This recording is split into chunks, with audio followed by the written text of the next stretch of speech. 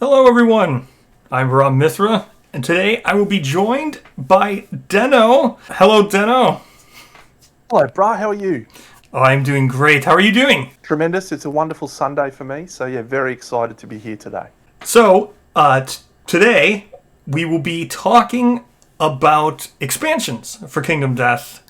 We're going to do this. I know the video is going to be called you're looking to buy some expansions on Black Friday. But Deno, you've never ranked all the expansions for Kingdom Death. No, never. So my content for Kingdom Death tends to just be, I'm just going to play some games. I don't do a lot of, talking about it. The only ones I've ever done have been with you. So, yeah, this will be a fun experience. Because this is a buyer's guide, in a sense, it's also going to be Deno's rankings. So that's going to be so fun. I'm excited. Deno and I have not shared our rankings. Mine has not changed for the original 12, really. I didn't go back and look, but I can feel it. I think the original 12 are pretty solid, where they're always going to be. But this time we're going to do things a little different than direct rankings. Last time I just did 1 to 12. This was the best, 12 was the worst. This time we're going to use the node system. Well, I think we are both agreed that the Gambler's Chest, if you are invested in KDM, is the number one purchase for any serious KDM enthusiast. It adds so much content, it's hard to express, and that content is all of an extremely high quality. So the Gambler's Chest should inevitably be the very first purchase you make if you are looking to expand. Yes, I agree. If you're going to spend whatever it is, currently it's $420 USD. Whatever, it might change, it might go up, it might fluctuate, but whatever that price point happens to be, if you approach that price point at all in your cart or whatever, you should go towards Gambler's Chest. That is my opinion. Deno, is that also yours? It is 100%, yes. Yes. But because we're using the node system, or the node ranking, it doesn't mean we still can't talk about Gambler's Chest and what it includes. So we will also be doing another video talking about Gambler's Chest, which will be a revisit, because Deno and I, we did 3 videos on it when it first came out. I watched all 3 back. Surprisingly, my opinion, or my take on first impression, has not changed significantly. But we will have another video for that. So for this one, we broke it down into nodes. So with the node system, with KDM, they work on what is called a node. It's the structure of your campaign divided into Nemesis and Quarries. And then there's some pillars and stuff which we aren't going to talk about here. We're only going to talk about the Nemesis and the Quarries and then the campaigns themselves. So those are how you build a campaign. And then normally you take a node 1 Quarry, a node 2 Quarry, a node 3 Quarry, a node 4 Quarry, and then a node 1 Nemesis, node 2 Nemesis, node 3 Nemesis, and then you pick a core/finale. Those are kind of the core finale ones we've kind of mixed because some of them are mixed. They're hard to really say what or what for there. But that's how it works. That's the introduction to the node system for KDM. So each expansion will be labeled as one of those. For just an example, Frog Dog is labeled a node 1 Quarry. So a Frog Dog in the core game would replace the White Lion completely. So your structure would then be, in the core game, Frog Dog, Lope, Phoenix. Then your Nemesis would be Butcher, Kingsman, Hand. Your core would be Watcher, and your finale would be Gold Smoke Knight, if you were to just purchase just the Frog Knight. Or not Frog Knight, the Frog Dog. It's important to note that with the nodes, you should probably place a higher value on the lower nodes, because you're more likely to use those boxes in the game, because most people play more campaigns that start at Lantern Year 1 than play campaigns that get all the way to Lantern Year 30. So the value of the lower nodes is increased because you're more likely to use them. Yes, I 100% agree. That is why I think the node structure is a good way of evaluating it going into the future as well. Breaking it down into nodes like this, where we're going to rank Node 1 quarries, for example, that allows us to include Crimson Croc without ranking an expansion against the Gambler's Chest itself. As Deno and I both said, we both feel everything would fall short to the Gambler's Chest itself. It's almost unfair to even rank them. The next one is Lonely Tree, which is a special node. We don't have any equivalent so far of a special node, so I don't know how to rank it. It's not an encounter. It is its own thing. Yeah, it's in an even weirder place than Green Knight armor. It's a piece of terrain, and I don't know how they'll integrate it, but it's actually a pretty good piece of content because it's a low impact on your campaign. You can throw it in, and you might see it, you might not. If you do see it, it's your choice if you want to engage with it or not, and it's a fun fight. So if it did have a node, it would be reasonably highly ranked for me, but it's not. It doesn't align with the current system all that well. So we'll see what Campaigns of Death does for it. Yeah, I think I'm 100% full agreement. It's hard to judge. It's not that it's not interesting, because it is. Like the super hair ability is probably one of the most unique things in Kingdom Death. Yeah. And the fight's actually really dynamic and a real risk-reward sort of balance where you're trying to decide how many fruit to leave on the board, but if you leave too many it explodes, you're in big trouble. So yeah, it's a really good fight, which I think is an important part of the expansion. So it's not just about the gear for me, it's how engaging is the experience, and it's a good expansion from that perspective. I agree. It is very unique. There's always going to be future synergy when you go into looking to what you want to best buy. I don't think you need to go into go into COD with the mindset of I need to have all 12. Do you think that you would need that mindset? No, I think for the majority of players of this game, the likelihood that a person is going to engage with every single piece of content, that is a huge ask. So I think you're far better off picking some that you will at least get use out of, play with the toys that you have. So yeah, I think just buy some is a completely legitimate way to approach the game. Mm-hmm. I agree. I've always suggested you play core in full before you start buying expansions. I cannot stress that enough. And then you don't need to play in full. I think if you got like Watcher and you died to Watcher and then you tried again and you died to Watcher, I think that's good. You don't need to reach Gold Smoke Knight. I think if you did that twice, got to Watcher, I think that's fine. But then you'll know enough about the game to be able to make an informed decision for yourself of what you feel the game needs a tune-up in, what area, right? You might love White Lion, but everybody tells you that Croc is the best thing about it. I don't think, or Croc is the best Node 1, right? I think you should find a spot in Kingdom Death. Here's one example. The core game has what was called Kingsman, is a node to Nemesis. Then there's usually people would suggest buy a node to Nemesis to just replace. Or maybe you're looking to play a different campaign than people of the Lantern. If that's what you really want to do, make sure that is some way fit your first purchase. Oh, can I just add one statement to that? I think when you play Kingdom Death for the first time in full, you should do it fully on paper. I don't think you should add any additional apps or anything that makes tracking it easier, because I think you need to understand how the game functions, all the little systems, and there's actually information on those sheets that isn't written in the books, things that happen when things happen. So yeah, I think you should play the game as intended before you move into the wonderful world of apps, which you've probably seen myself use or other people use. But yeah, playing it on paper is actually the first way I played the game with a friend of mine who introduced me, and it was a great experience. So yeah, I play with all paper too. I do think that is a very good suggestion, because there could be a lot of things that you miss. The settlement sheets, the survivor sheets, there's actually a lot of information buried in those that if you don't know it exists, it's very hard to use the apps correctly. But anyway, that's sort of an aside. Yeah, no, I fully agree. Do you have any recommendations for how you should select a expansion for purchase on a Black Friday?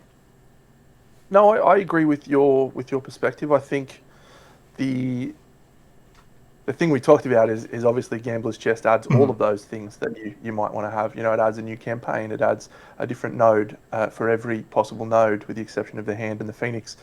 So, yeah, that would always be our first recommendation. But yeah, deciding which part of the game you feel you want to improve or experience differently is the best way to go about buying the expansions. Because as you'll see when we get through the rankings and talk about them, there's some fantastic content in just about every single category that you could possibly add to your game.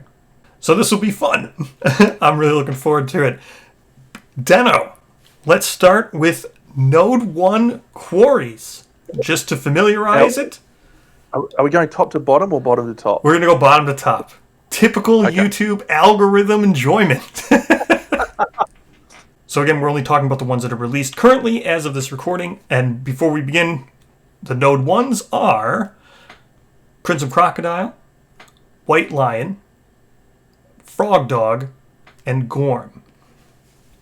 So, Deno, what is your number 4? In fourth place for me is the core box monster, the White Lion. So it's everyone's first experience with the game, and I think its value cannot be understated. That experience is so well tuned. It's such an enjoyable way to learn the game. It has so many great moments, like you chop off the nuts, or you know the guy goes frenzied and decapitates you, and it's just such an amazing experience. But I think the later expansions add so much more color and texture to the game that the White Lion falls behind. Also, its gear is a little bit below the curve, so perhaps in COD that will change, and that may change its ranking. But for now, it is in fourth place for me. White Lion is not in 4 for me. White Lion is my 3rd. What's your 3rd? I have a feeling I know what your 3rd is. I think you're wrong. Oh, My third is the Crimson Crocodile. okay. Okay, then yes, I have my 4th was Gorm. Yeah. I think Gorm needs COD, and here's something we'll talk about. So I have in my notes here. I tried to do this as, do I want to say vanilla? It's hard because of Gambler's Chest, right? And Frog Dog. Those are not vanilla monsters. Crocodile and Frog Dog.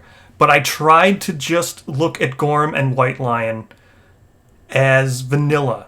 But how did you rank them? I guess I should ask that. Did you think about like Giga Lion and stuff and the white boxes? I tried not to. I didn't include any white boxes. The things that I thought about is how much fun do I have, and how much does this monster shape my campaign?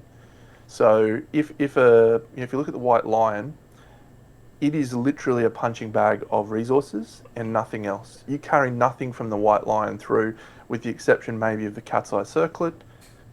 Other monsters will provide you with more that influences your campaign in more interesting ways for a longer period of time, as well as how fun is the expansion. So that's why I put Lion at 4. Yeah. I mean, that's 100% fair. I also have Lion. Again, I put it at 3. The only reason why I put Gorm lower is I feel Gorm is very samey, besides for the level 3. I think once you learn, I don't want to spoil everything a lot because I don't want to spoil, because it just gets people to use this for buying. I'm not going to spoil how the fights work, but I think once you figure out and that's not bad. This isn't a bad. All monsters are like this. Once you figure out their reactions and their AIs, that's what Kingdom Death is. But I feel Gorm is like the extreme end of that bell curve. It feels the approach for the level 1, level 2, level 3. The level 3 changes it up because of it gets a new basic action, but there's basically a specific. It's down to the specific square you want to be standing in. Yes. That's as much as I'll say. So. So Gorm 4 for you, White Lion 4 for me. Mm-hmm. Your number 3 is White Lion. Mm-hmm. I assume for similar reasons to me. Yeah, I think it's a great intro. I think it's the staple of the game. I think the lion attacking, human survival. I think it's like very evocative. Everyone can relate to it. The thrown into the lion's den, right? When that's how you start. It's a very fitting intro to the game. I think it holds up slightly better than Gorm. Gorm could change. I don't want to include the fact that Gorm will eventually get a prologue or whatever, but White Lion just it feels good in the first spot because it's nice to go back and hunt it too. Whereas Gorm, I never really built its armor set. I just never really built. I'm not saying I built White Lion. Don't get me wrong, but I don't think I've. Aside from the first time playing with Gorm, I don't think I've ever built it. I've done the hybrids with Lion, but should I have included the hybrids? It's hard to say. It's hard where you draw the line. Yeah. Yeah, interesting. I've got Gorm at number 2, so I'll tell you why. Crimson Crocodile is behind it. So yeah, Crimson Crocodile for me, number 3. I think the Crimson Crocodile is probably the best fight of all of the intro ones. I think it's a fantastic, challenging fight that has so many things that break the norm of Kingdom Death. I mean, the Croc's Trap is such a fun and different way of doing things at level 3. It's got a lot of unique aspects to it. Why I've ranked it lower than Gorm is I think it actually warps the game too much because it has a very low threshold to get very good gear. In the level 2 fight, you actually have the capacity to grab an IR, which comes in Gambler's Chest, which I am including in this conversation, even though I'm not including fair. other IRs. But at level 2, you can get an Indomitable Resource weapon that will warp your game for the entire campaign. And that happens more frequently than it should. I think the monster itself is tuned slightly lower. Its toughness is 1 less than the White Lion. And so even though it is a really fun fight with really interesting gear and it scales really well through the campaign, it has the potential to warp the game to be a little bit too easy, in my opinion, which is why I rank it at number 3. Yep. I agree. Everything you said, I agree. Yep. What's your number 2 then? Gorm. Oh, Gorm. I mean, number 1 then, obviously. Frogger. Yeah. Yeah, Frogger.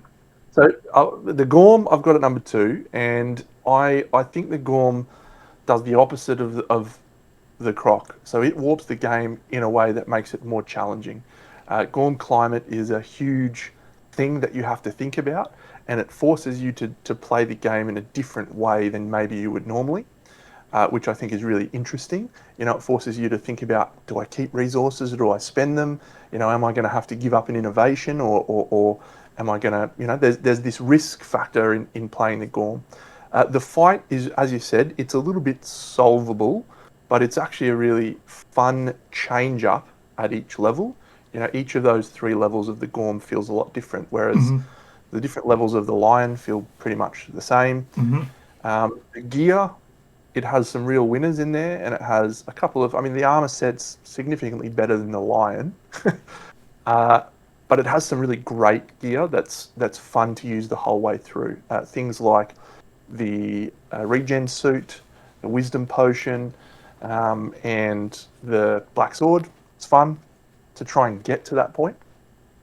And the last thing I'll say about Gorm, having those different settlement locations, the Gorm Chemist, it adds a different thing to be thinking about in your settlement phase. So for me, it really changes up the game in a more dynamic way than the Croc or the Lion do. And so for me, it sits better. It hasn't held up as well. You're absolutely right. But I think the potential for COD to improve it even more, it's number 2 for me. Yeah. Is yours Croc or Frog Dog? Mine is Croc. My number 2 is Frog Dog. Now, here's what I will say. I actually leaned into exactly the same opinion as what you had, only I have it the other way. The IR, spot on, 100%. I think I've worn down taste. They said they're going to patch it. The hunt event for the Croc. Though you can't get that guitar anymore. I got that in Lantern Year 1 on a hunt. Yep, I've done it too, yep. I had a dude with 3 understanding because I got 2 hunt events before that gave understanding, or 1 before that. And then I got the Diamond Scab guitar in Lantern Year 1. Yeah, it's a game. And it didn't ruin the campaign, but it just took all of the tension out of the game. That is my point with Croc. From this one, it's exactly what you said. Croc is an enjoyable fight. I love the fact that it rolls around. I wish Gorm had... I think what you said, maybe COD will just include 2 or 3 where maybe he waddles back. So you can't be in that safe... Like, he waddles back up and maybe knocks you away. So you can't just stand in that one spot. But I think Croc does exactly what they want it to do. And I dislike the self-balance. I think Croc is very powerful, and you do need to self-balance when you use with Croc. But on the other end of that, I think Croc and Flower Knight, I look at them the same exact way. I think Croc is great for enjoyment. I love playing a campaign when you have Croc in, because you feel more powerful because you are, but you just feel like you're having more fun because this thing is winking at you. It's rolling around. Yeah. It's a great model. Yeah. Frog Dog too. I love Frog Dog too. Frog Dog is a great fight. I love the lily pads. I love the fact that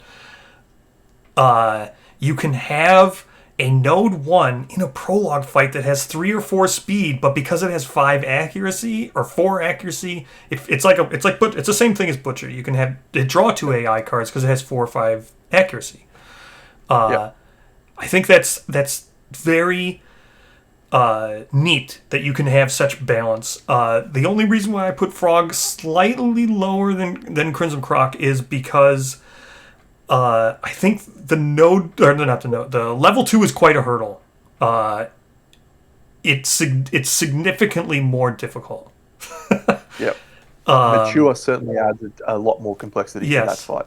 Not that that's bad though. I think Frog Dog's great. I think Frog Dog, with the fact that it has Bullfrog Dog included, with the 2 armor sets, it has the copper. Even though my things with copper and its rarity and things, it's still neat if you were to only get Frog Dog was your first introduction, and you didn't, your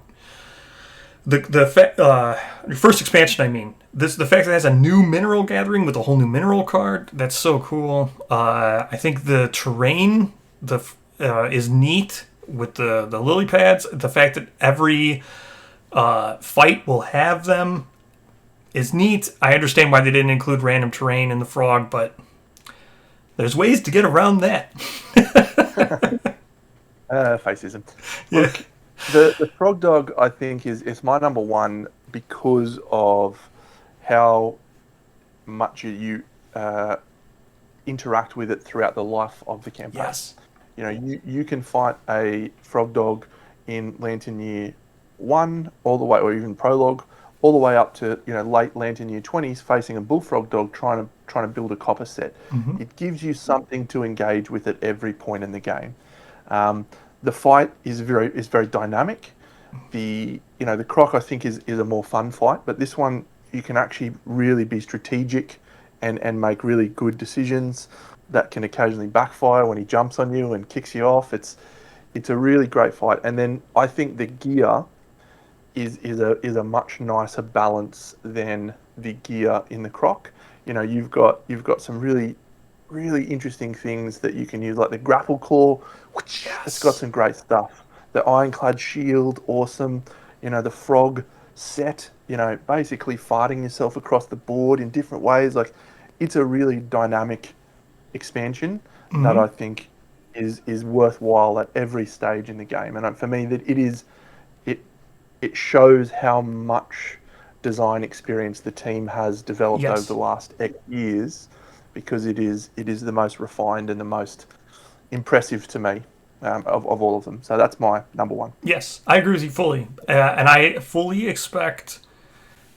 I think Frog will grow. I think Frog will be so much better in Inverted Mountain, and you can see that even with what you just mentioned. It's fun gear and the fact that it has two sets, because the first set, the first, not the bullfrog, the regular frog dog armor, has two pieces with outfit that have membrane, but as the keyword. So how outfit, I don't want to explain how outfit works, but anyway, we don't have any other membrane stuff. Meaning that in Inverted Mountain, we're probably going to see a membrane armor set, and then the fact that you have a Node 1 with outfit that you can then mix into your Node 2, I think it's going to be fantastic. So I agree with that. Yep. The length and the brevity that it brings throughout the entire of a campaign is great. So Crimson Clock is included in GCE. So if you have GCE, it's included. The White Lion is included in Core Campaign. So if you liked what we had to say about White Lion or Croc, that's how you get those. Gorm is currently, again, I don't want to tell you how much it will be. It's currently not in stock. Maybe, I think, I agree with what Dano exactly said. They usually do their best to give at least partial stock. I'm not saying it's going to be a reprint. I'm not saying there's going to be thousands. Maybe you'll be able to grab one. Maybe you won't. It's 95 USD. Frog Dog is now currently in stock. It is 135 USD. I believe both of those will be discounted at some rate. All right, before we move on to Node 2, anything else you want to add for Node 1s? No, just reiterating what I said before, which is that the value of Node 1s is proportionally higher than the value of some of the later nodes because of how often you interact with them. Let's go to Node 2. Node 2 will be the Screaming Antelope, the Flower Knight, Spidicules, and the Smog Singers. Deno, what is your number 4? My number 4 is Flower Knight, and it probably will start to put a bit of a trend in my rankings of things. I don't like things that make the game easier. Things that make the game easier for me are not good. I want to experience a challenge. The tension is where Kingdom Death is at its best, when you're on the razor's edge of complete and utter failure. That's when the game's at its peak. So the Flower Knight does a lot of things to make your life easier. It used to be worse. So they've patched that in recent times, and the Vespertine bow is now not as good, but it is still an excellent piece of equipment. And the other stuff that it has, you get a lot of resources out of the fight because of the way the fight is shaped, and that creates this snowball effect of the thing. Additionally, you've got some of the best fighting arts in the game, probably the best in Otherworldly Luck. So for me, it just makes the game a little bit too easy. It is a good fight. It is an interesting fight. Particularly the level 3 is a great fight, but yeah, for me, it just makes the game too easy. So Flower Knight at number 4. I 100% agree. Flower Knight is also my number 4. And if anybody's watched my rankings and is surprised by this, the structure of how we rated these times, I'm only comparing them against their other counterparts. Only comparing them against their Node 2 counterparts. I'm not comparing them against everything, and that has helped. My number 3 is Spidicules. What's your number 3? My number 3 is Smog Singers. So this one I struggled a bit with because, I think the Smogs, they have really fantastic gear. Like, I love Smog Singer gear. And the idea of just running around with, like, loots and shit and playing music while you're running around Kingdom of Death, to me, is the best image. Barbarians. Yeah. And the fight I'll come back to, actually. So, but again, they do have a tendency, I think, to make the game feel slightly easier because the gear is proportionally of a higher quality than most other Node 2 gear, sorry. And I think it also maybe even pushes out leather armor, which is a staple around that time as well. So because they make the game feel easier, they rate a little lower for me. Now, the fight is such an odd fight. It's easily the weirdest fight in the whole game. it doesn't even feel like a fight at times. It feels like you're just running around wailing on these things. I agree. But randomly, they'll just start singing at you, and your head will explode. So hard for me to gauge them. I feel like they could on a given day they could be my number one node too. They really could. But right now, because they make the game easier, I place them at number 3. Here's what I struggled with Smog Singers. I think this is the question when you have to rate Smog Singers for the exact same reason that you just said. Do you factor in using Ark survivors and having the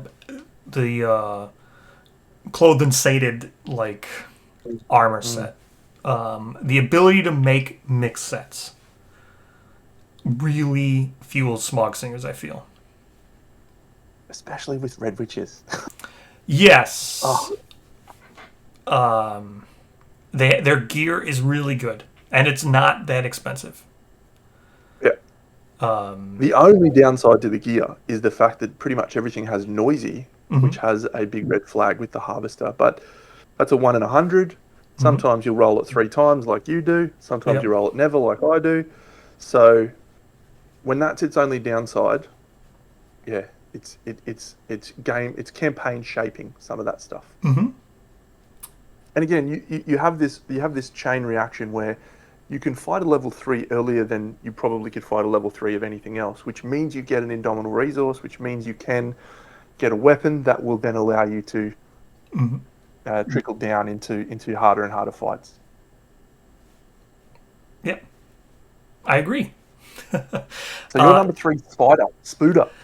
My number 3 is Spooter. Specifically, again, I didn't.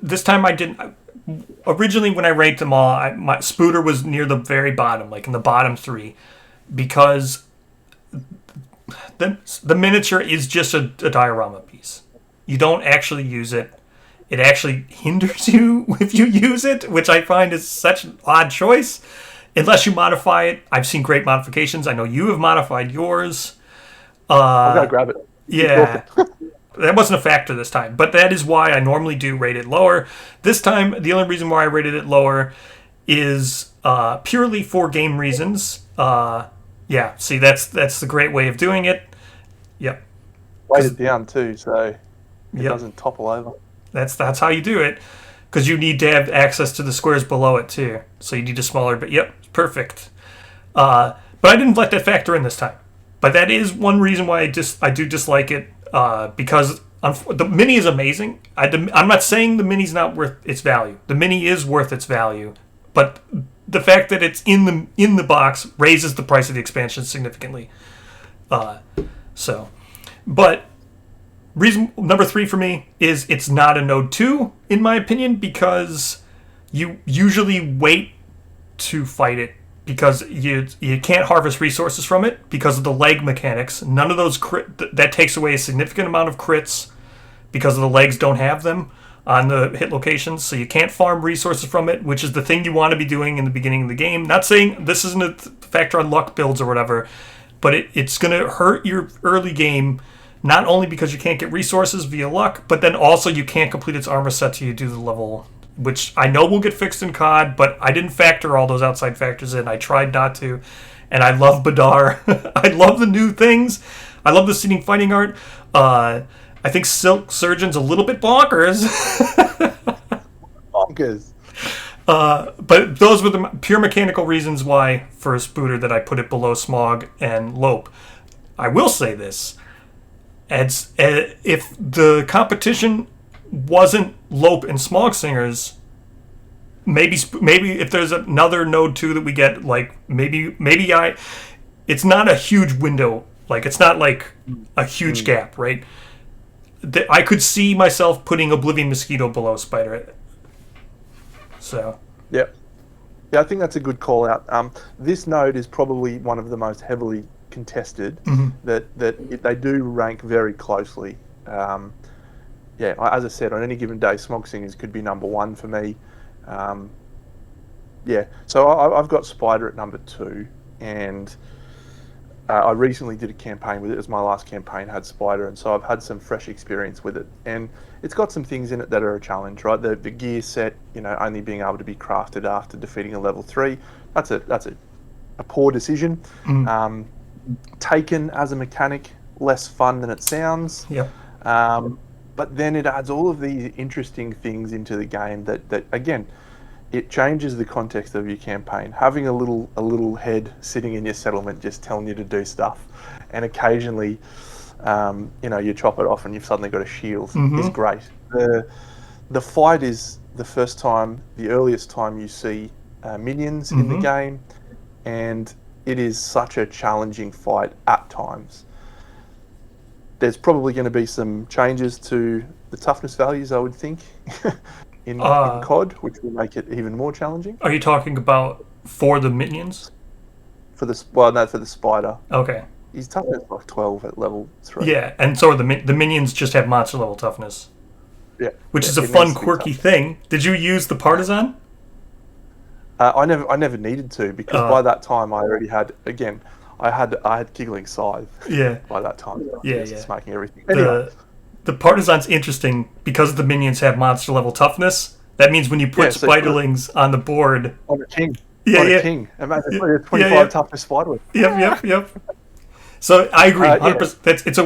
It's a weird choice to make them monster level toughness.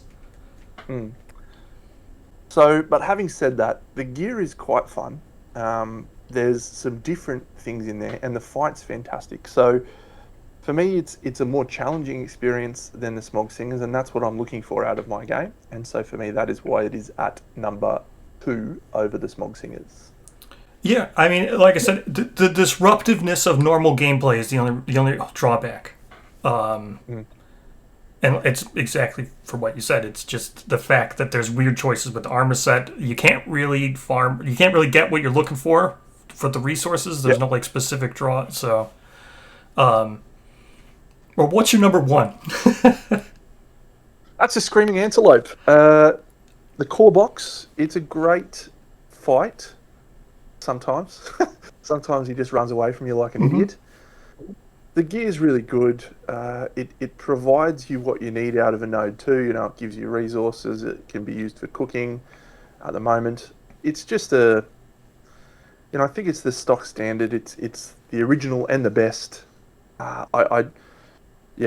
If I was, and then some other things that came out in Gambler's Chest. The knowledge is really interesting. Herb Grinder. It's just a good. It's just a very, very solid. It doesn't have any weaknesses, and I think if you look at the other 3, they've all got weaknesses.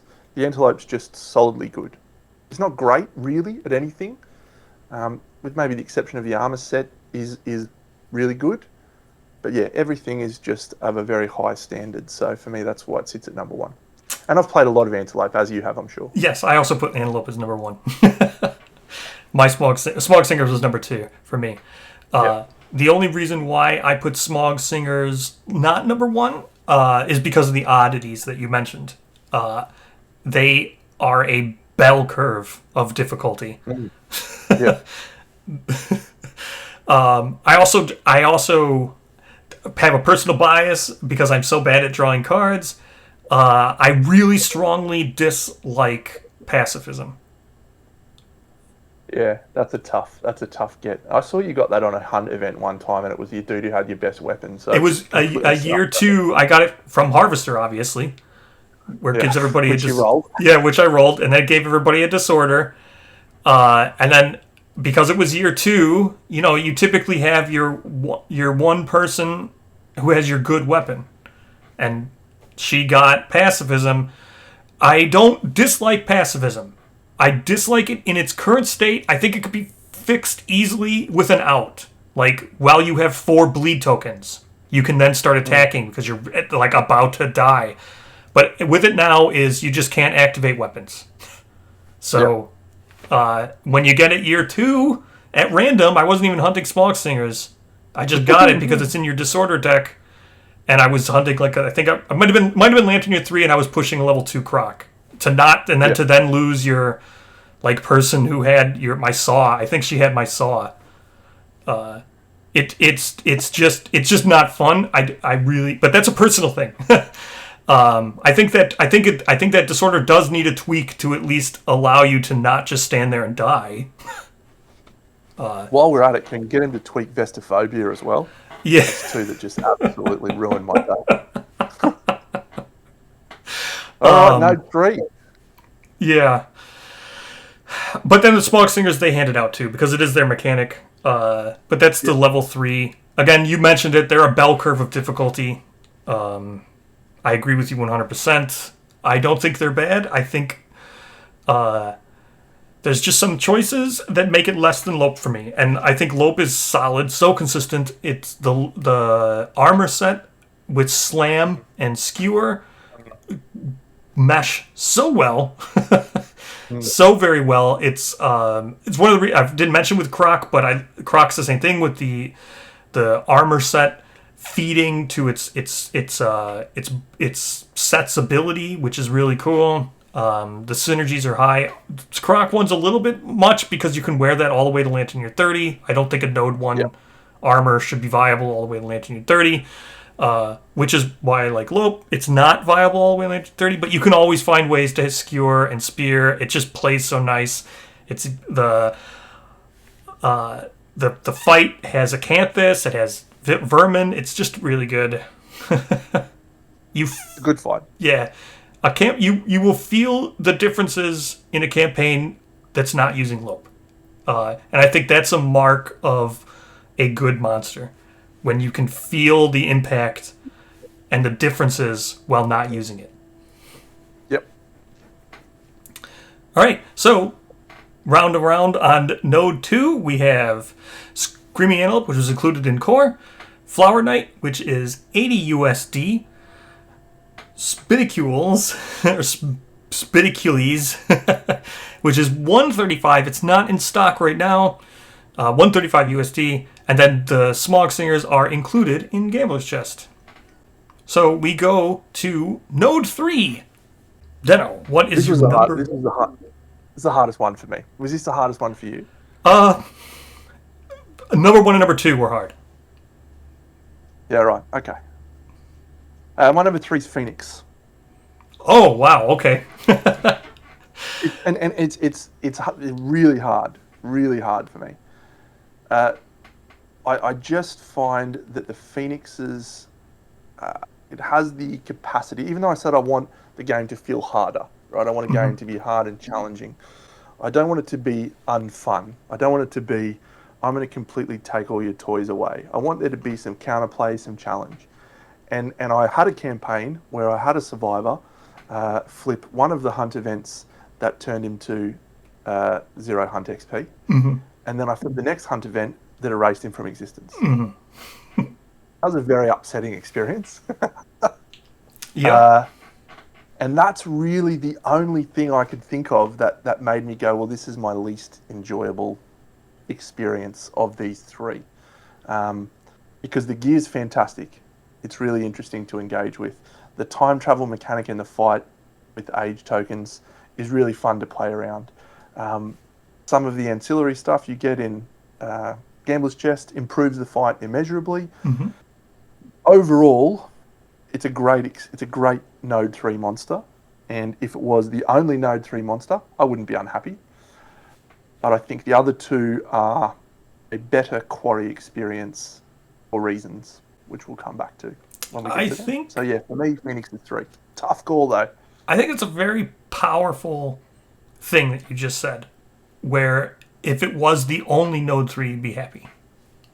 Yep. I think that's a very powerful statement.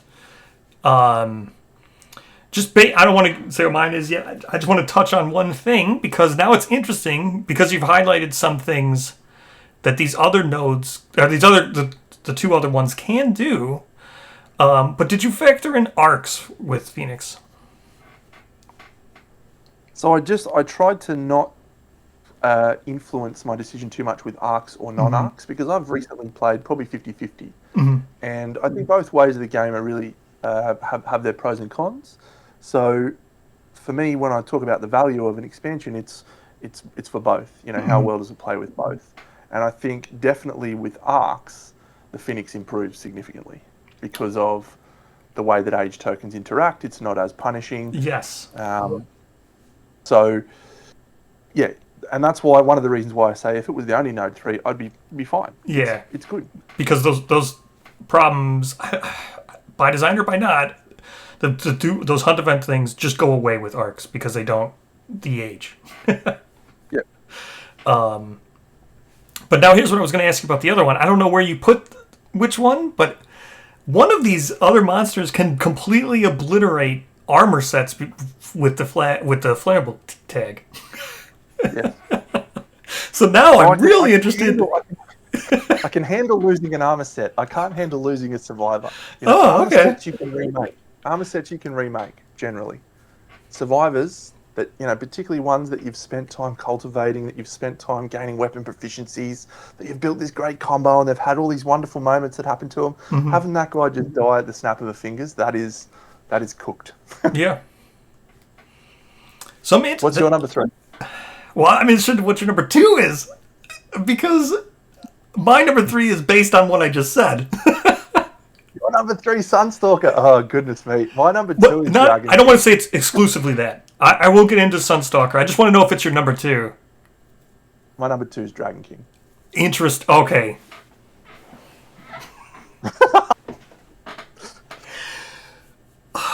I kind of just want to talk Sunstalker now. Let me do Dragon King. I'll talk Dragon Okay. King. So, Dragon King's a great fight. It's a really great fight where you have this ticking clock that's coming for you no matter what happens in the toughness tokens, and suddenly you're going to have this explosion on the board. And so that's coming. You get to try and prepare for it, and occasionally you'll throw your curveball and it'll do it before you're ready. The hunt events are exceptionally punishing, but not generally in a way that ruins my experience of the game, even though getting murder on the timeline unexpectedly can be not fun, but that has a potential of happening, and so you can kind of go, okay, if I'm going to hunt a Dragon King, that might happen, so you have to be aware of that. It's something you can plan around. The gear, with the exception of most of the weapons, the gear is great. The armor set is fantastic, and the ancillary things that come along, the lava stuff, the terrain pieces, Mm-hmm. it's a way to get extra iron, which is cool. And there's a secret fighting art that I just love. I think it's one of the coolest secret fighting arts in the game, which you can get in a relatively, likely way. So it's only let down by the weapons, in my opinion. The weapons are where it's a little bit behind the curve. You've got 3 or 4 weapons, talon knife. Yeah. Just not great. Yeah, Scythe. The dagger is the best one. Yeah, the dagger is the only one that you actually use, and a part of that is because it's got good affinities. Mm-hmm. Everything else it's still just okay. So yeah, for me, Dragon King is just slightly better than Phoenix because even though the hunt events are punishing, they're things that you can plan around. Yeah. Sunstalker. Sunstalker. It's your number 3. Why is it your number 3? Well, As a Quarry. How do you feel about it killing itself? That's my biggest thing. The fact that it puts when it discards AI cards, it puts it on the sun track, the sundial. It basically wounds itself every time, and most fights don't go 3 rounds. If you time it right, he's basically got two less wounds. It's great. Yeah. So for me, Sunstalker's the best. So why is it your worst? that reason. I think that's so weird. It's great when you fight it early. I think the fight is really threatening when it actually can do its heat. What is it? Sun boiling thing. Yeah, whatever. When it reaches the end of the sundial for having the 3 cards there, it will do its thing. You're much more likely to see at the beginning of the game, and I think that's when it shines. But once you get it set complete, I think it's once you get it set complete, the set is really good. And then as the level 2s and 3, like, you don't go fight back and fight it too much. And if you do, you can burn it out it will burn itself out, actually. Which I don't know if it's thematic or not. But then also the other things I mentioned. The hunt can literally just destroy flammable gear. And if you're using the wrong node 1, it can eat it completely. Yeah. I don't really like having to rebuild, or not having to rebuild, but getting punished for how I chose to play the game. That's always one of my things. I don't think the game should punish you for just making the choice of, hey, I wanted to use Gorm is soluble, which the node, Spidicules. Spidicules' entire set is flammable. Yeah. So just because I chose to do Spidicules with Sunstalker, that's just a bad choice. I just don't like that. And that's pretty much why I put it at number 3. Nothing else mechanical about it. It's just that it can be really punishing in some situations that makes it not universal. And I think that's kind of a negative. So I agree with your perspective, but with the challenge that you are aware of that possibility. Yes. And so you can then go, okay, well, I won't take my flammable gear. Or you go, it's worth the risk because of this. Mm-hmm. So you have a choice. Yeah. You don't have a choice with the Phoenixes. If those two things come out, it doesn't matter what survivor you've taken. It just is erasing existence. So to be fair, Phoenix isn't my number 1. Okay, cool. So my feelings on Sunstalker are as follows. The way that the monster is designed is so different from most other monsters. You know, the speed 16. Like, you can't hide from it. You can't dash cancel it. You can't get away. So you have to kind of rethink your strategies of how to play the game. Not to mention that you have to then position guys in shadows to be able to fight. So that, again, it's about a change in the way that you've played the game up to this point, which is fantastic. The gear set opens up so many opportunities for interesting builds. It's maybe too good, perhaps. Yes. But it is only armor 3, so I think it maybe just gets away with that. I've created so many cool and interesting survivor builds with that set of armor. You also have this really great dynamic where to make certain bits of armor and equipment, you have to fight multiple versions of it. You know, you can't just get a one drop. I've managed to pull everything I need in one drop. You have to fight it multiple times, sometimes more than you would like to. And so that makes that experience really enjoyable. And overall, and you've also got minions in the fight as well, which I think is great, having, again, a different change. And then finally, you have to get salt. And to get salt, you have to run all the way to the other end of the board while this guy's flying backwards and forwards over the board. It's as a quarry, I just think it's a really exceptional quarry that has no real downsides. The flammable piece is definitely a downside, but as I said, you have an ability to play around that with your choices. You don't have that ability to play around that with the choices that you make in the Phoenix. Yeah, and to be fair, this is only... this might be the part where it shows the most of how difficult and how strong Node 3 is, because Sunstalkers, as an expansion, is in my top 5. It's actually my top 4. It's my number 4.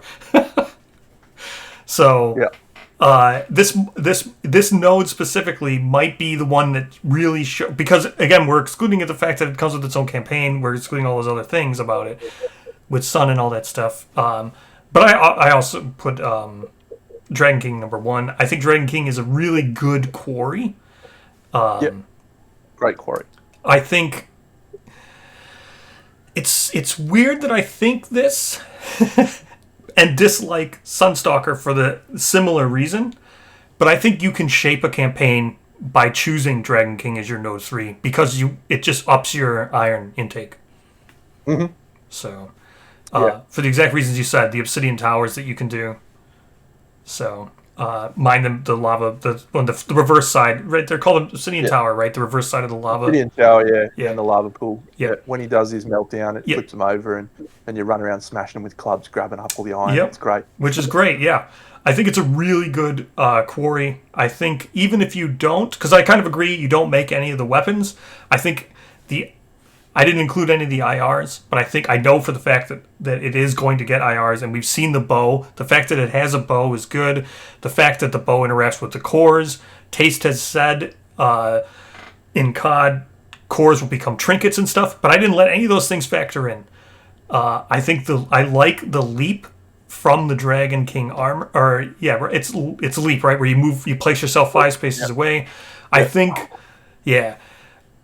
specifically placing, the fact that it's place and not move 5 is going to be incredibly even more powerful in the future, just based on the wording and everything. Like, for example, with Black Knight, you won't have to move through all the busted urns. You can just place yourself in a free spot, place yourself away because you can't move through the crumbling terrain. I think that's really cool. I really like the armor set. Nuclear Scythe is cool. I think we're going to see some synergy coming in a week or two with Nuclear Scythe and nuclear stuff. And I really like the model. Dragon King is a really beautiful model too. It is. I think Dragon King is great as a quarry. Really great. And I think Phoenix is also great. I think, like you said, this is like Node 3 is like a really close one.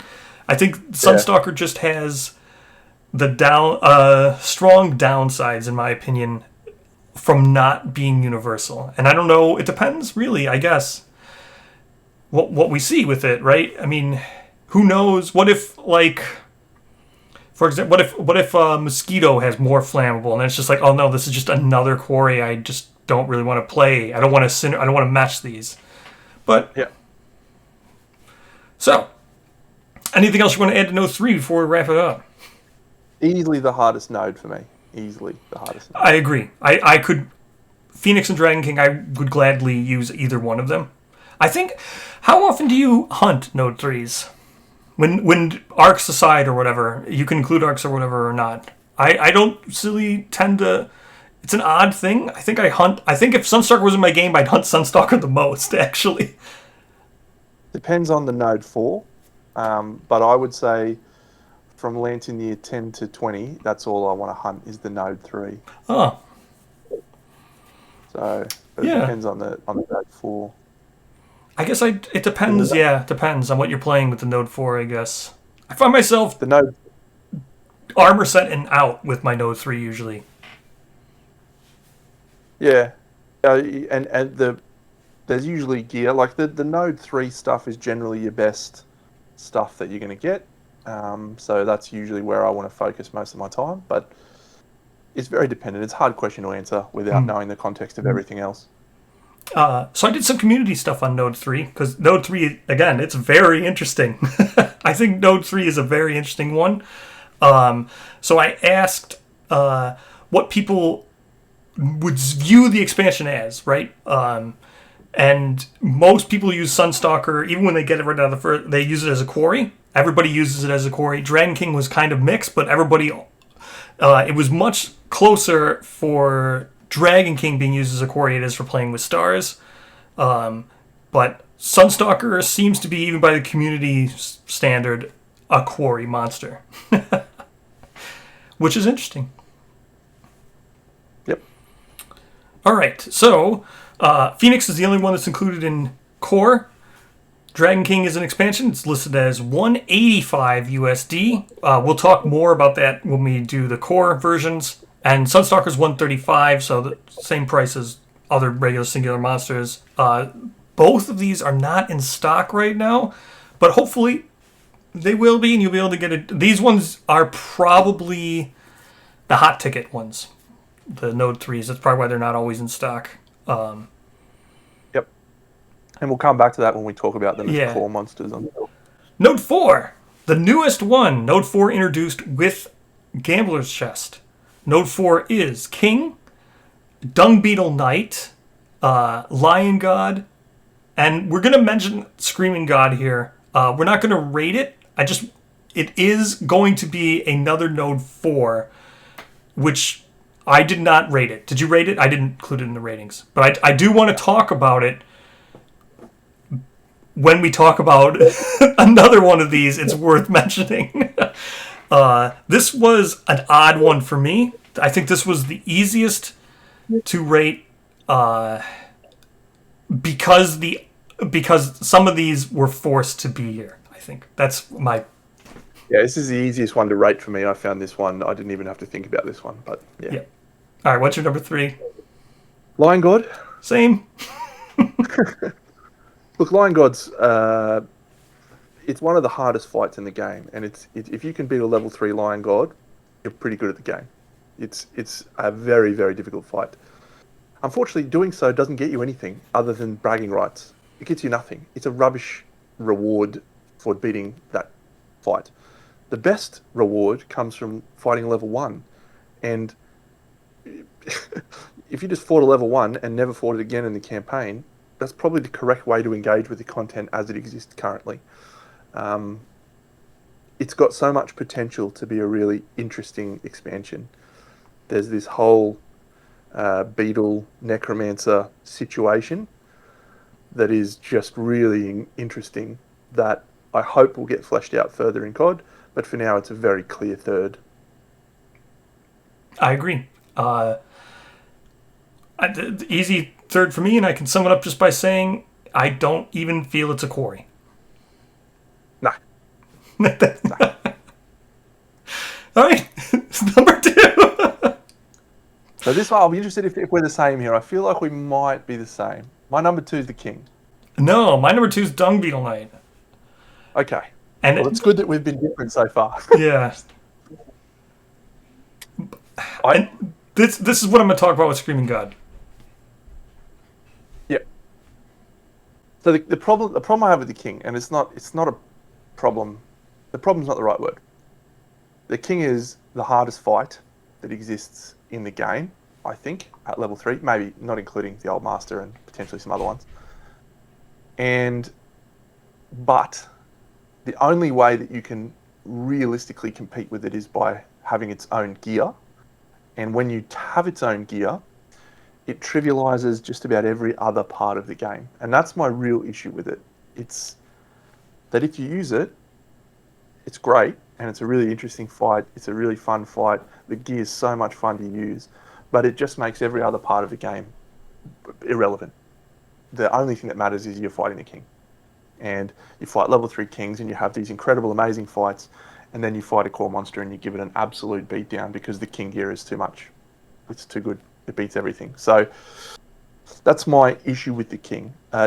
It's an amazing piece of content with so much lore, so much, great dynamic interactions with, the energy cards and sound and hushed and all of these things. But ultimately, it warps the game in such a way that it's not my preferred way to play with the game as a Node 4. I actually agree with everything that you said here. I think what Change happened... your vote then, brah. No, well, so I think what happened here is I only viewed it as a Quarry. Okay. I didn't factor in its effect on, meta. Yeah. It's Dung Beetle Knight, I think. So here's Lion God's not a Quarry. I don't view it as it's something you fight once and you fight it for what you said. You fight to level. You fight it as a challenge. It would be better suited as a special node currently. I think it will become one. It doesn't even have a resource deck, for example. Yep. Dung Beetle Knight is the same thing. I just don't think you fight level 3s or Tom unless you want to get the trophy. Yep. So it is a Quarry if you want to make what's the pair of guitars? Drill I can't remember. The calcified guitars, yeah. The calcified guitars. That's what you do. Yeah. It's basically a stopgap to making that. Or if you want, you can make the rolling armor, but called Digging Claw. Digging Claw, that's it, yep. They're great. And I think Dung Beetle Knight is fine, but I'm fighting it until I get those. And then I'm not doing it anymore. So, in my opinion, it's not a node. But I think had I not had to rate these two against King, and I could have just rated to what they used to be when I originally did my rating, where there was no such thing as a Node 4.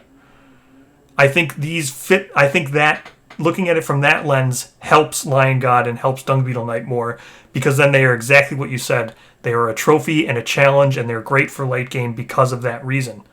Whereas King, I just handed it the best quarry, because it is a quarry.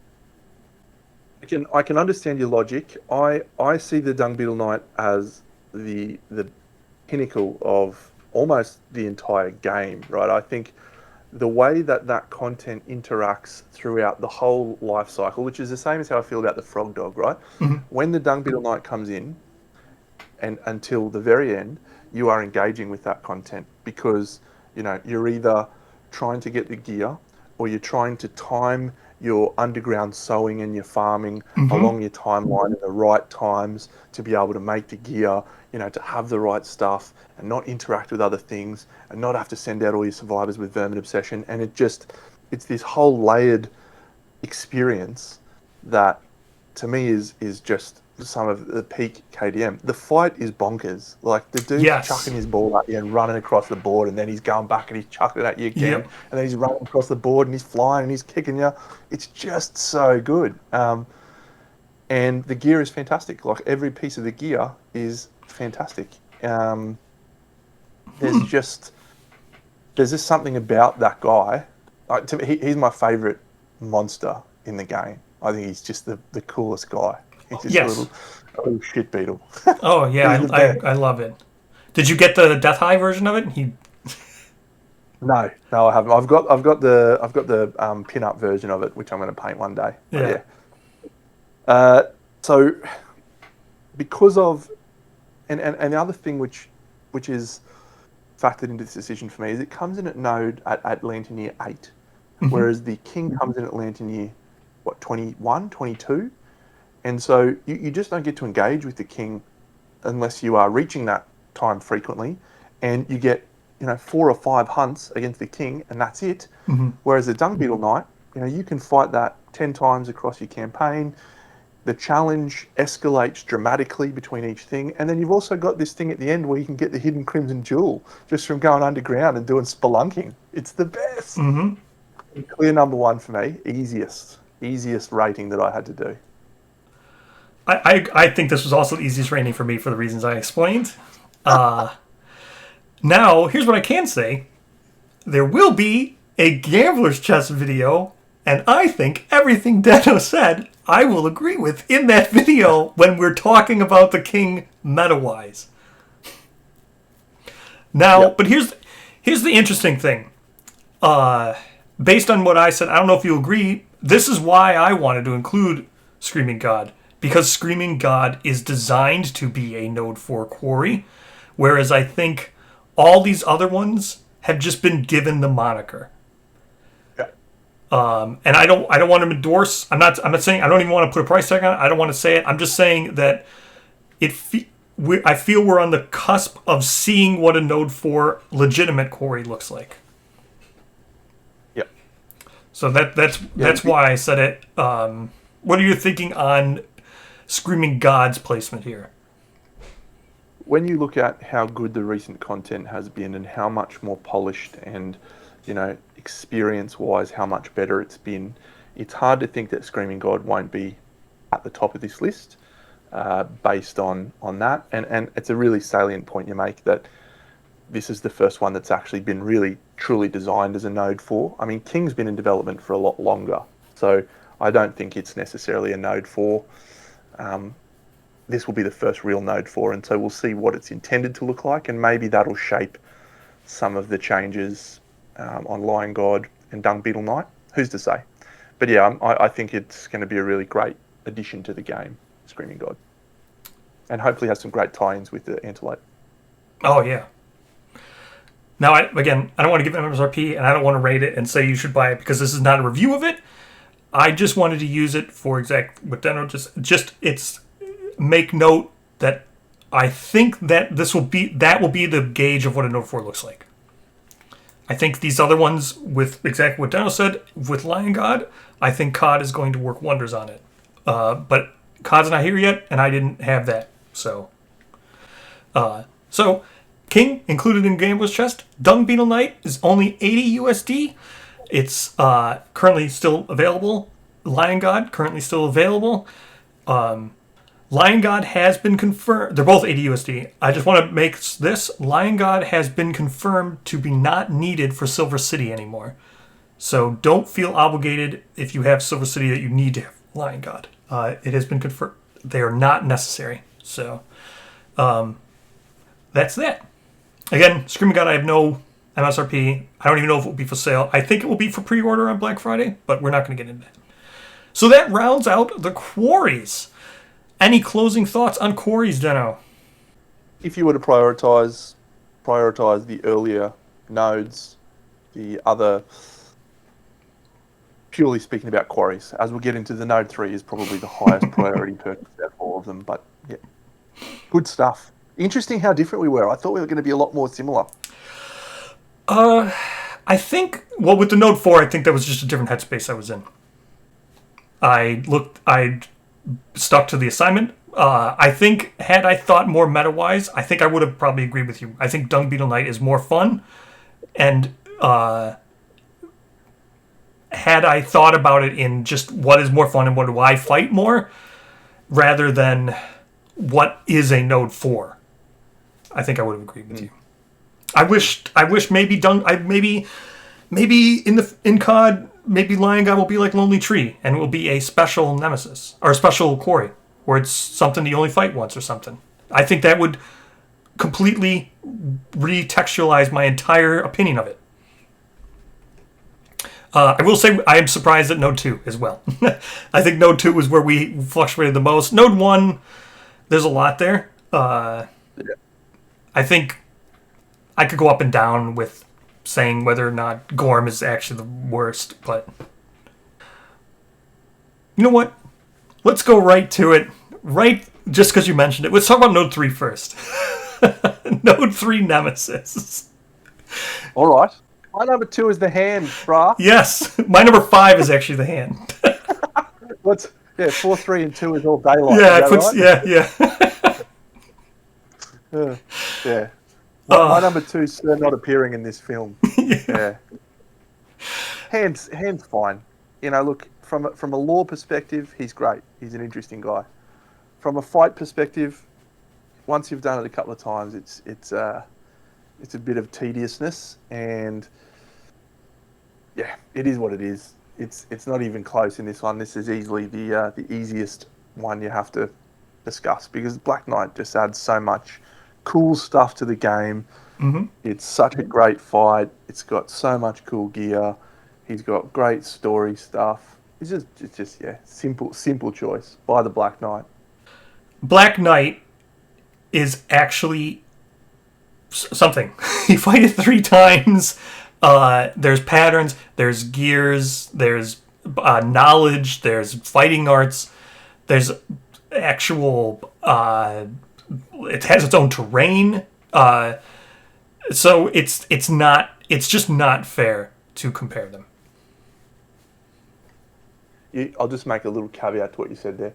You can fight the Black Knight up to 3 times. That is correct. Up to 3 times. That is correct. No, that's a good caveat to add. That is correct. So Node 1. This is Butcher, Manhunter, and Pariah. Deno, what is your number 3? This for me, this is another Node 2 situation, or Node 3 situation. 2 of them I did 2, and then there was an obvious 3. Yeah. My number 3 is Manhunter. Okay. Yep. So is mine. Yeah. He's a great little expansion. He's a lore-wise really interesting character. Comes from the Golden City. Has tie-ins with like the Lion Knight and the White Lions and that whole part of the world that we don't sort of know an awful lot about. And his fight is pretty wild. A lot of range stuff, which actually increases the value of some of the later releases as well. There's a lot of things like what's that freeform dancer, the knowledge freeform Yes, dancer. COD. So Spires of Death knowledge. Lives of Death 1, yeah. Mm. So that increases in value if you've got Manhunter. But anyway, uh, he's got some cool gear. He's got some cool stuff. You fight him 4 times. He's a cool guy. But the other two are really iconic. And so I think the Manhunter's he's just a little bit behind the others because of how good the other two are. Yes, I enjoy Manhunter actually. Yeah. Being a rules-heavy, rules-as-written person, Manhunter, I think, will most likely improve for me in the future because it still uses the special showdown mechanic, and you do fight it 4 times, like Deno said, which is interesting, but it does mess around with your timeline with the lottery. But I think that's all good. I think all that stuff is good. I like Manhunter's way it distributes its rewards is nice. It actually has rewards, as we're going to talk about another one here in a second. But I think Manhunter has the most room for improvement of everything we've talked about up to this point. Yep. Maybe not Lion God. Lion God's got a lot more room, but there's just the special showdowns piece is actually a good point because as it exists currently, it actually just makes your thing stronger because you get more fights, you get more rewards, you get more stuff. So when that changes, it will be better aligned with the other things in this node, and probably a few other things will change which will improve it. But as it stands, it's good. Mm-hmm. It wouldn't be my first pick. What's your second pick? Tough one. But I've ended up with Pariah at number 2. So did I. Did you? Yeah. Yes. Okay, good. Now I'm going to caveat. Deno has played Pariah and Red Witches more than I have. I have played, just for full transparency, I have fought in the level 1 Pariah 3 times and the level 2 Pariah 4 times. I've fought in Red Witches level 1, only Brawl once. But Brawl and Nico, I fought 4 times. Because of the Gen Con situation. I have yet to fight Inverted, and I have yet to fight with Seer.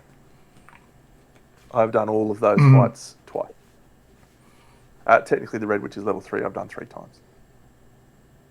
Pariah's fantastic. It's a fantastic expansion. It definitely makes the game harder, which, as I talked about, I really like. In a really odd way. You would think that getting lots and lots of knowledge buffs would be a positive, but it does not end up being that way. It does not end up feeling that way. And so what you find yourself doing is cycling through survivors, sending them out on hunts, which actually is counter to what the game wants you to do to build weapon proficiencies and things like that. And so it does actually make the game feel a lot harder in a long sense. The gear is great. He's got some really cool gear. The story with the Pariah is exceptional. Really, really engaging storyline, and makes you want to know more. Where I feel like it's just not quite as good as Butcher is there doesn't ever feel like there's any benefit to fighting him. You never get anything out of it. It's just all downsides. Everything about him is all downsides. And that's kind of what a Nemesis is supposed to be. But at least Manhunter and Butcher, they give you something. And the Pariah, it just seems like every time you'd be like, okay, maybe we'll get something out of this. Nope, he's just going to punch in the jats again, over and over. So the inverted level 3 fight is probably up there with my favourite fights in the game. So I'm really looking forward to when you get to fight that. But I have the Butcher just above it, fractionally. Yes. I think there's not a lot of difference here. The only I probably have rose-tinted goggles on for Butcher. I think Butcher is the gold standard for any Nemesis. I think it fits. I think it does exactly what it should do in both theme, in the model even. I wish the model was a little bit bigger, but I mean, even the model of him just standing there menacingly with his butcher. I think he conveys what Kingdom Death is so perfectly, and he needs no explanation or story. This thing just shows up, and it's just Jason Voorhees, and then you just have to deal with Jason Voorhees. Yep. I only have one thing with Butcher, and they pretty much fixed it. Had with 1 point, no one ever has to worry about this now. I still really dislike Invincible, but at least it's no longer 6+. Yep. Invincible. I never played it at 6+. I would hate that. Yes. Yes. Now with Pariah, for me, I'll just be quick on this. I think Pariah does everything very interestingly because it lingers in your settlement, and I think that's very vivid storytelling, and I think it's very neat, but I think it's very pervasive in your gameplay, for exactly the same reason that you said. That's my takes on it. I love the fight, though. That's great. I love the fact that it has reactions that have the trigger basic attack, for one, but I love the fact that the reactions trigger the empathy of its AI deck to make you think about who's attacking and when. Very little bits of Kingdom Death have you worry about turn order outside of your scouting. So, beside for, like, Dung Beetle Knight to decide who's going to push the ball, I think Pariah is very engaging positioning-wise and attack order, and I do really like that. I'll talk about another attack order one when we get to Node 2, but... It does even get even harder at level 3 as well with that. Yes. It's a sophisticated design, Pariah, and I think that's a really observant take around it really changing the meta of the game. And I guess I see that as a positive more than a negative. Oh, yeah. Because, when things are stale and the same, you get to a point where the game's solved. And this isn't an easy game to solve, but there's a lot of right choices and wrong choices. But the Pariah just says, yeah, actually, everything you've known up to this point maybe isn't going to work quite the right way. So it forces you to think about the game in a different way, which for me is a net positive. Mm-hmm. But when you compare it to Butcher, I think Butcher is #iconic. It is the Kingdom Death monster. It is the experience that everyone remembers in their first campaign. You go, yeah, look at my little guy, and then the Butcher comes along and kicks his face in. Yeah. And yeah, it really is a great experience. It's hard for me to divorce it from Millennium Butcher. I tried to, but Millennium just continues to add value to the Butcher experience. So, I think Butcher is the best Node 1 monster by a sliver. Yeah, I think, like I said, I probably have rose-tinted goggles on. I think it's it just might be the best Nemesis theme-wise. I used to really think that it deserved an intro event and everything, but I've since come around after seeing like Pariah and Atlas. I think it's better that it's just Jason Voorhees. It doesn't need to announce itself. Yeah, it's just here. Great. Yeah. So that's Node 1's.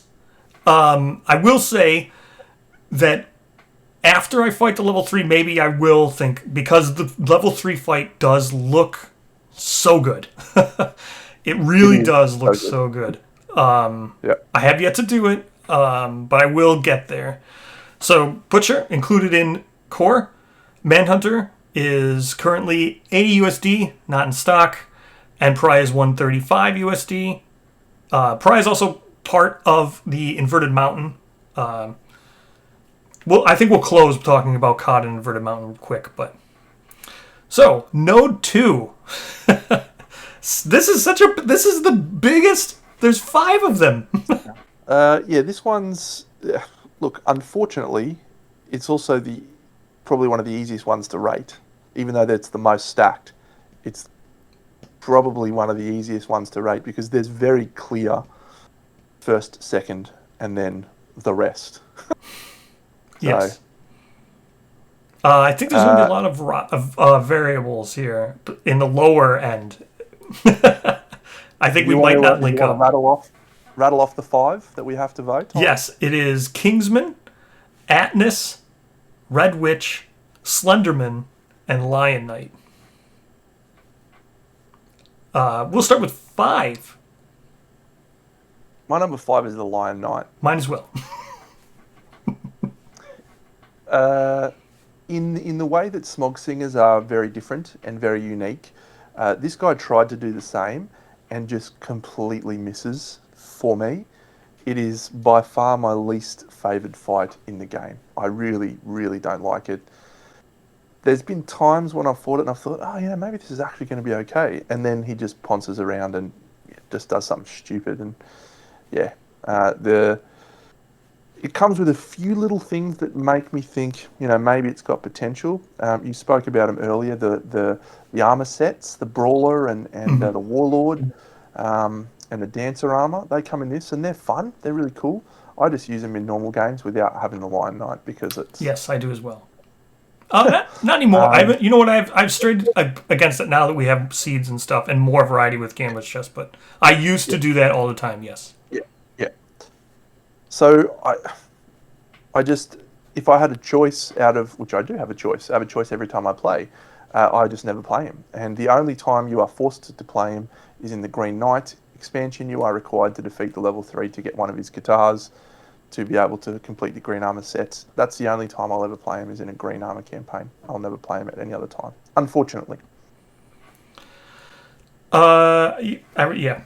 You mentioned it earlier. This is the one that has only upsides in COD. I don't think you could make this worse.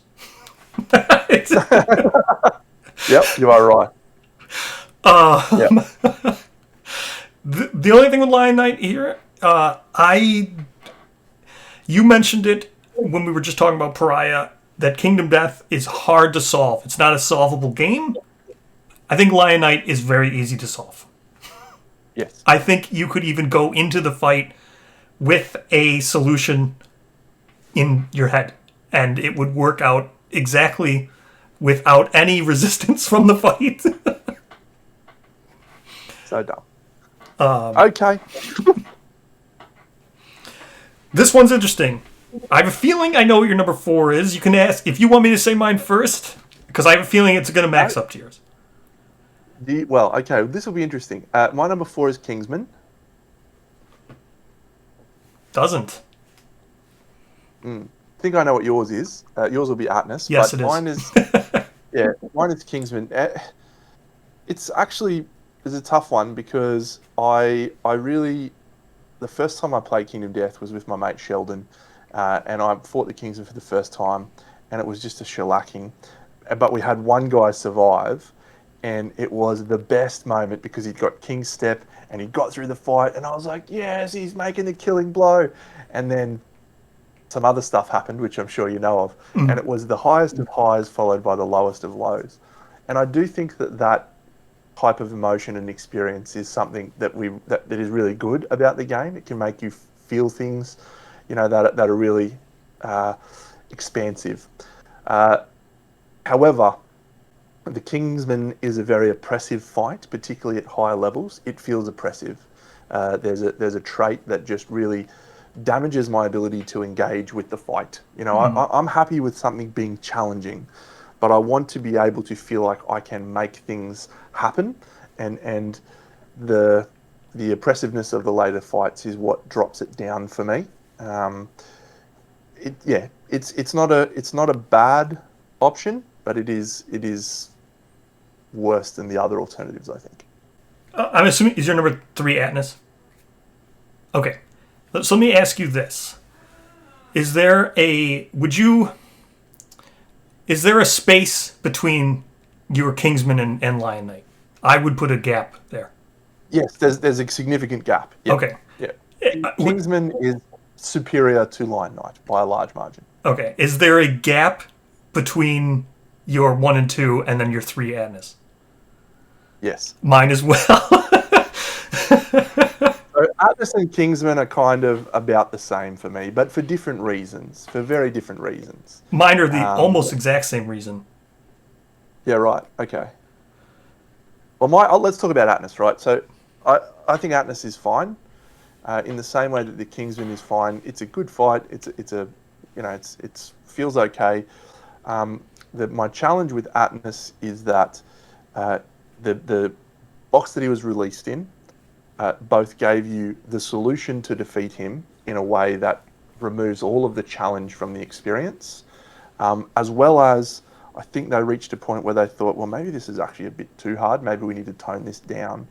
And it feels like one of the only nodes that it's just not a challenge. I don't find Atlas to be difficult anytime I fight him. If they tweaked that slightly and he was more of a challenging fight, he would probably rise up my rankings quite a lot, because I like, surprisingly, and I thought I'd hate the theme, I actually really like the little Christmas storyline.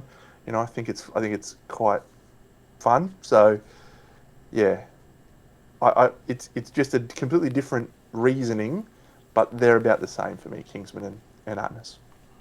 I think I misspoke when I said my reasoning's the same. So everything you said with Kingsman, that trait, Silent Him, 100%. Yeah. It makes you not want to play him because it's very bad. Some people would even say you just take the population loss and move on and save yourself time. I myself have said that. But I think without that trait, I do enjoy fighting Kingsman. I enjoy it's got its weak spot in its back, and then like all of it's got the thrusts. All of its AI cards are like very specific. They're either straight on or they're the sweeping hook. It's really neat. Yep, and he can knock you down with the coup de grace and then step on. I think all that. So without Silent Him, he goes up. Atlas to me is the same way, but reverse. I should have said it's reverse. Atlas has a mechanic that you almost don't. It doesn't even utilize. You almost never come. You can probably fight Atlas, like you said, with no threat and never engaging with swordcraft. Yep.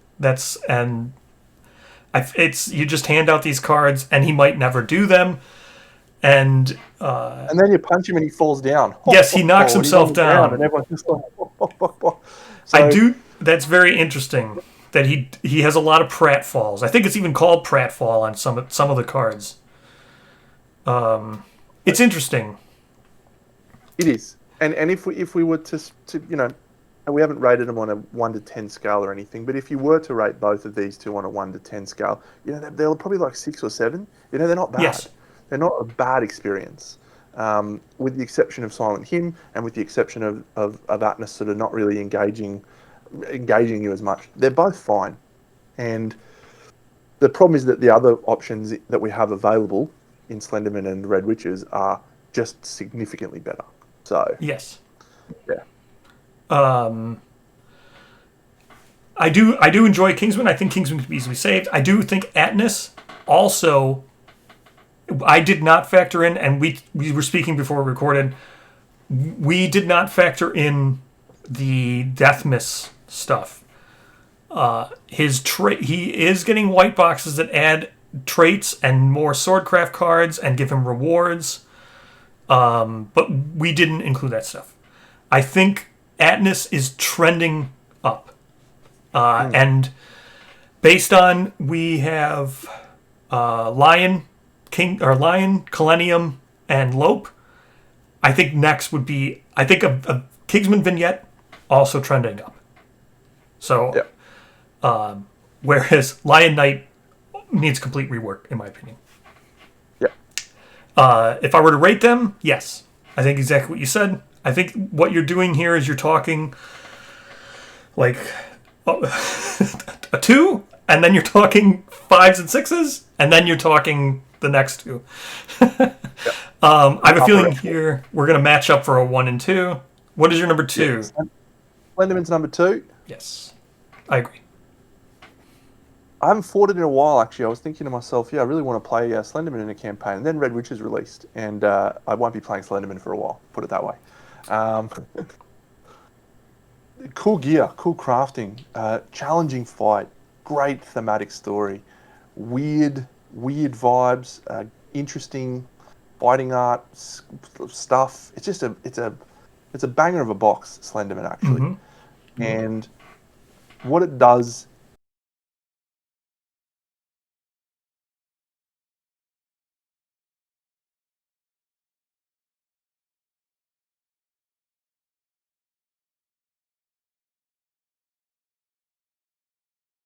which is one of the things I've talked about it a lot, is it changes the fabric of the game and it makes things that you would immediately think are really, really good, such as having lots of insanity, and it makes it a negative. Yes. And when you are forced to redefine what is good in the game and reevaluate your your learned experiences, that to me is when the game is at its best because it's changing how you experience it, it's changing how you play it.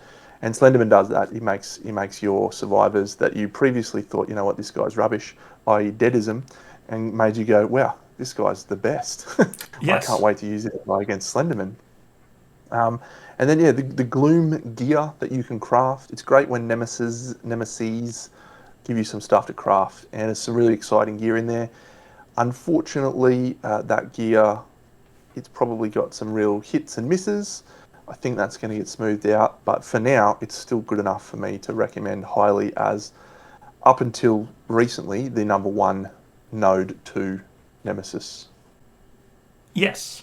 I agree with everything you said. Even I'd go further with you're spot on. Even it recontextualizes disorders and fighting arts. The fighting arts Yeah, from it are not that great, yeah, but with Phantom Friend, because you're yeah. feeding, and then the other one is blotted Blotted out, out. and Yeah, then rubbish. the disorders are good.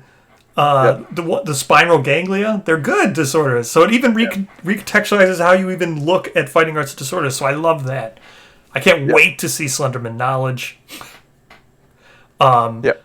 I think I have a soft spot for Slenderman. Slenderman was one of my favorite fights ever in Kingdom Death because of how it handles itself and how it is different than all the other fights and how it expects you to approach it.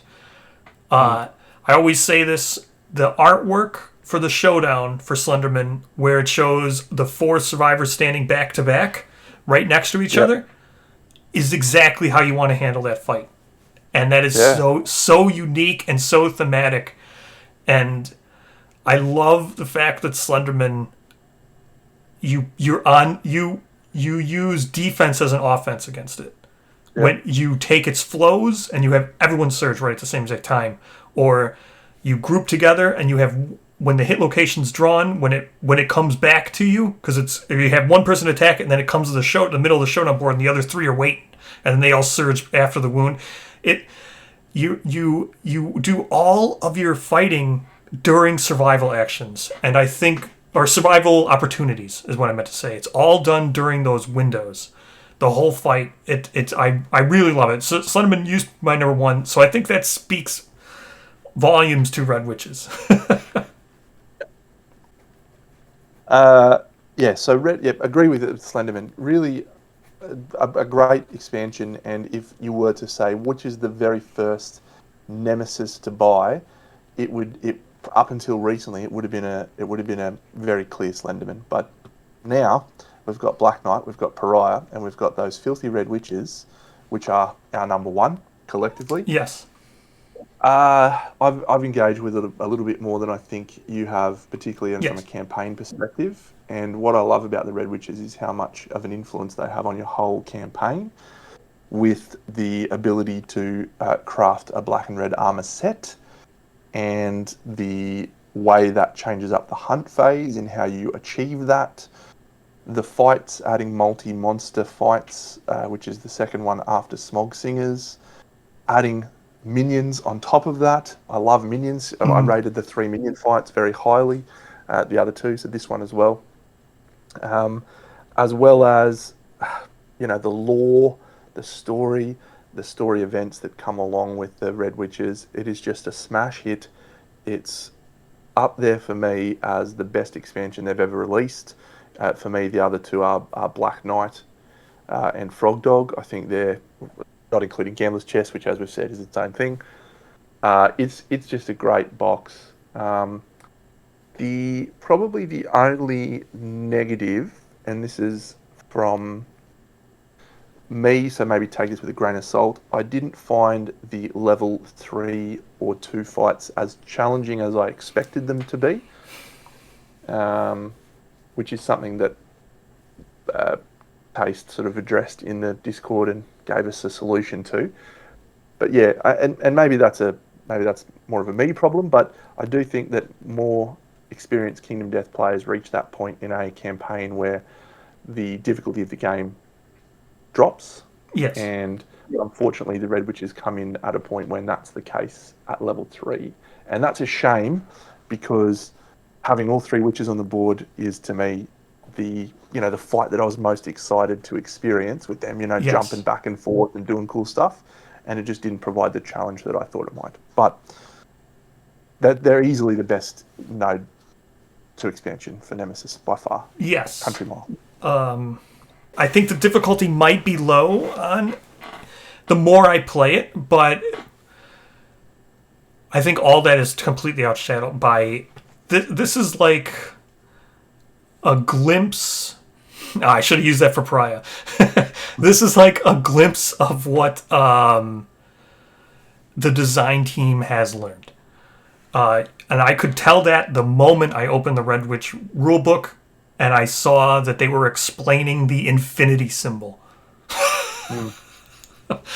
Just the fact that they're not scared to put an infinity on an AI card. Everything about that box. And if you look at the last 4 expansions, Frog Dog, Pariah, Red Witches, Black Knight, they are smashes. Mm-hmm. Absolute smash. So it definitely shows the experience that the team's gained and the design team. And yeah, look, it's as I said at the start, we're in the golden age of Kingdom Death. It's an exciting time. Red Witches are absolute peak Kingdom Death experience, even with the somewhat lack of challenge that I found in the later fights. So. There's secret fighting art. And the types of doors that can open and builds and the stuff that you can just do is so fun. And I haven't messed around with it too much. Did you mess around with it? I don't want to spoil it, but... Not as much as I would have liked, but I definitely got to experience some of it. And it's going to make that last third of the game really engaging. Yeah. So. I like the when you compare Smog Singers to Red Witch, it's miles apart. They each have their own AI deck, their own hit location deck, whereas Smog Singers, it's just shared. That fight and what it does and the way it utilizes the multiple witches, right? There's AI cards that interact with other witches as they're still on the board. There's hit locations that interact with other witches and minions when they're on the board. It's so thick, but not complex. Does that make sense? Yeah. There's got depth. Yeah, feeling overwhelmed.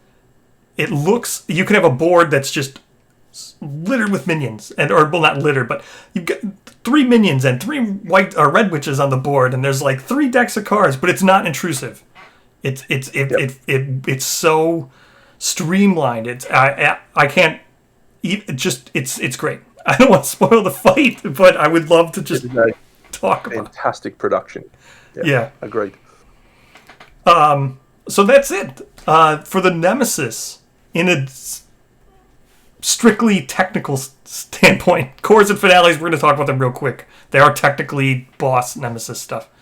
So that's Node 2, which is Kingsman, which is included in the core game. Atlas was in GCE. Red Witch, Slenderman, and Lion Knight Red Witches or Slenderman and Lion Knight are not in stock. So we go to the core nodes, which are just your campaigns. Watcher, we don't really need to talk about. There's not really a ranking here. Gambler, we don't really need to talk about too much because it's not. They're part of the campaigns. But here's also where you get Dragon King and Sunstalker. So they are not used as quarries when you use them in their campaigns. So this is kind of ranking the campaigns here, except for Watcher. Well, so those are the four. Deno, what did you do for your number 4? Yeah, unfortunately, Sunstalker's at number 4 for me. Same. People of the Sun, yep. People of the Sun's a cool campaign. It's got a lot of white box content, which adds value, but I think it changes the framework of a campaign too much by removing all the Nemesis monsters and putting it at the end. So you have this weird boss rush, which sounds cool in theory, but what generally ends up happening is you just get to farm too much stuff the whole way through, and you get to the end and you're like, well, I've got everything. There's no challenge, and you just ruffle stomp the last part of it. Assuming you're at a level in the game when that's what you're capable of. So yeah, this story is a bit weird. It's a bit odd. It's not for me. It's my least favourite, and it's actually my least favourite by a pretty considerable margin. I agree. This was the hardest one for me because I couldn't hold myself back from letting other factors into People of the Sun. And that's because of the no heavy gear rule and stuff. Yeah. So you have to account for that. It just made, as I was saying with other things, whenever something feels like it lessens my choice on how I can play the game, it makes it feel less universal to me, and I don't like stuff like that. And then also, 100% agree. It's just a boss rush. It doesn't even really fit with what is current KDM. Like, you couldn't use Red Witches or Black Knight, for example, because they're not. They just wouldn't work. You don't get to experience any of the stuff throughout the campaign. They don't get added till like Lantern Year 20, and by that you only fight them once. It's not even worth using them. So. All right, number 3. I really struggle with this one. I've got my number 3 as People of the Lantern. Now, I really struggled because I felt like Dreamkeeper maybe was better at number 3, but I had a really fantastic experience with Dreamkeeper the first few times I played it, and I think maybe there's still a little bit of a lens there, so I put Lantern at 3. I did not put Lantern at 3. Okay. Stars or Dreamkeeper? I did not put. I put Stars at 3. No, you're wrong. Yeah. I think this is going to be another one where I had a different lens than you. I'll explain it when. So, do you talk about Lantern? Well, I put Lantern at number 2 because I play it all the time. I love Lantern because it's the sandbox and it's not intrusive. I feel when COD comes out, I'll have a different sandbox, but Watcher is so low impact that it really lets everything else shine. Sun, too intrusive because of the way it handles Nemesis. Dreamkeeper we'll talk about. Stars, also intrusive because your main focus is like the last 4 years you have to hunt quarries, you just chucking resources, and you need a certain amount of stars to be able to even fight them. The end is really wonky. You're just chucking resources towards that temple. But even then, Stars feels weird to me because you're focused so heavily on the bingo card, which is not. It's fine because you're talking about the campaign, but it's like, well, I'm gonna do this because I need at least 4 or 5 stars for the end of the campaign. So it's just it feels like it's very in the motions. I'll quickly, yeah. So I'm Lantern, Dreamkeeper, Stars. Stars number 1 for me. My favourite experience I've ever had playing Kingdom Death was the first time I played Stars. I was absolutely chuffed to bits at trying to chase down these constellations, and just how it felt different, because I played probably 3 or 4 Lantern campaigns, and I was enjoying it. I was like, this is great. And then I played Stars, and it just blew me away. I loved these super survivors that were coming out with constellations and doing awesome, unique stuff. Again, what I said earlier, when it changes the way that you think about the game, that forces you to recontextualize what you're doing. For me, Stars does that, because you are trying so hard to find, okay, how can I get +1 accuracy? What can I do? Yes. And it's just a weird and different thing to think about. And when you do finally achieve those constellations, they feel so fun. They've got so many unique things, with one exception. Yeah. And yeah, so for me, Stars was actually the campaign that I enjoyed the most. Now, if you ask me which core node monster is my favorite, that's Gambler, because he's clearly the best fight, absolutely by a country mile. Yeah. And the way that you described it, yeah, the People of the Lantern is the sandbox. It's the best way to experience the game. It allows you to have the focus on other things. When I was talking about this sort of area, I was like, which campaign in its entirety is the one that I enjoy the most? And it's Stars, followed by Greenkeeper, followed by Lantern, followed by Sun. So this is 100% a different lens perspective. You nailed it. So you've already explained why I put Dreamkeeper as number 1, because it's the only way I can evaluate the Gambler fight. Yep. That's it. That's the only way. I looked at this as, how can I fight the Gambler? Well, there's only one way, and the Gambler is fun. So therefore, that's it. The Gambler is the most fun fight of the core, and maybe even the most fun fight in the game. I mean, the problem is you only ever fight it once or twice, right? I think I've done 4 Gamblers now, and every time it's just been a wild ride. Yes. This was the hardest one for me by far, but we'll talk about that more so, because you can't let meta stuff get into your head, right? If this became a discussion of what you think about dreamism... Different conversation. Different conversation. Yeah, and we'll probably touch on that when we get to the Gambler's Chest review in next week. Yes. Watchers included in the core game. Gamblers included in Gambler's Chest. Dragon King is part of the Dragon King expansion, so that's People of the Stars. Sunstalker is included in the Sunstalker one, which is People of the Sun. Again, we mentioned this, Dragon King and Sunstalker sell out they're very high, just because of the fact there are... Oh, you know what? I forgot to mention this for Stars, too. I enjoy Tyrant. I think Tyrant's okay. Do you want to mention anything about Tyrant? Yeah, I love Tyrant, actually. Yeah, I think Tyrant... I got asked about this the other day. I can't remember where I put him, but I think I might have put him at number 2 for that little fight, slightly above Pariah, because it is a very thematic fight. You do feel like what he's trying to get you to do. You know, you feel it through the fight, and you get cool rewards out of it. But it's so inextricably linked to Stars that it's hard for me to isolate it and say that the Tyrant is better than Pariah. I think Pariah is probably a better overall, but the Tyrant, it's really good. It's a good fight. Yeah, no, that's why we didn't include him in the Node 1. Because you can only use him in Stars currently, unless COD wants to change that. But, yeah, I think he's neat, and he helps drive the story. And I think that's why I think Stars is probably the best story. If this was just, if you wanted to ask me which one has the best story, I think I would say Stars. Yeah. Yeah, so that's it. Those are the things. If you want to know about the core, there's something called core phylos. We're going to talk about the core philosophies in the Gambler's Chest thing. Just know, Watcher doesn't have one, and I didn't think about Starbound and heliocentrism in this, but in the future there will be other phylos for Dragon King and Sunstalker as well. But that's a whole different discussion, so I didn't personally factor any core phylos in my decision.